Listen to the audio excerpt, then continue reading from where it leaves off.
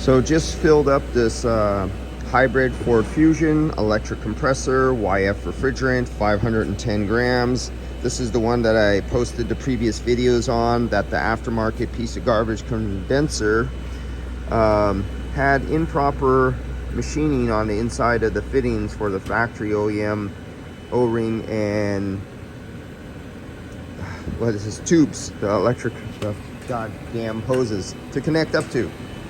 And so it leaked under vacuum, not under pressure. I showed how I found that. I showed how I proved that and took care of that with some NYLOG. And it does not leak. It did not leak under high pressure nitrogen, 150 or 200 PSI. It did not leak.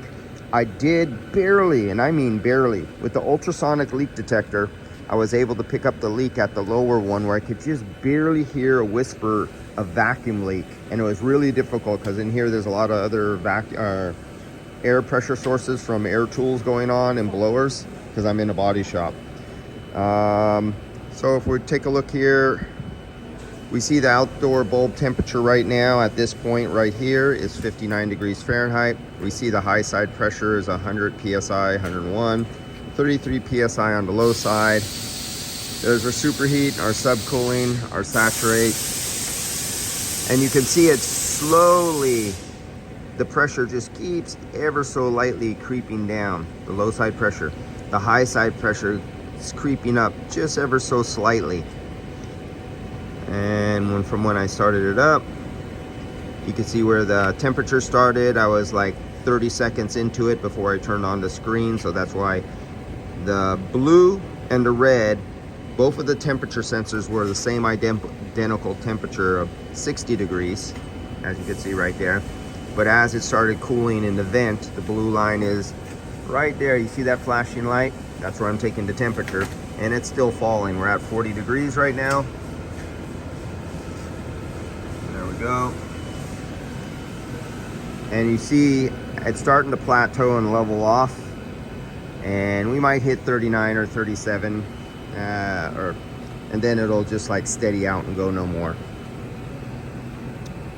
So if we're at 60 degrees outboard temperature, somebody commented in the comments, should an average system be half of whatever ambient temperature is? So if we're at 60 degrees, then that means our ambient temperature is 60. And if we went half of that, that means out of our dash, we should hit 30. Well, what do you think the temperature of the evaporator coil would be for you to hit 30? The evaporator coil would probably have to be about 25 or 27 degrees. Sometimes colder, sometimes warmer, depending on the inefficiency of the design of the condenser and the air transfer and the speed of the air. We think we hit 39, yep, 39.9, 38.9. And this is normal for that pressure on this vehicle. And revving the engine doesn't do anything because this is a hybrid and it's a variable speed electric compressor. So doing anything with your foot on the pedal won't make any difference. But we're getting down there, 38.5. There we go. And these are over the years of me using many different sensors. As you see, over the years I have stuck with field piece, and I stuck with field piece for a reason. Even though I have all the Tesla tools, and I made some videos why I don't use the Tesla tools. Tesla makes their software for recording and data logging. Tesla makes some good software. Field piece is more intuitive, simpler. But with the Testo, all the batteries keep falling out. The cases fall out when you drop them or they break. Kept losing connection with the Testo equipment, so I had to stop using it because I lose too much money having to redo equipment, reboot up the software, or keep trying to reconnect with the Bluetooth. So the Testo, if you've seen my other videos, they just sit on a shelf at home. All right, I'll see you guys later. This is how this vehicle operates under these ambient conditions. Completely normal. And we flatline, as you can see, it's a flat line here at 38.7 degrees. See ya. Oh, Ford Fusion, if I didn't tell you. What year Ford Fusion? 2019 Ford Fusion Ivory Titanium. And you have some options here.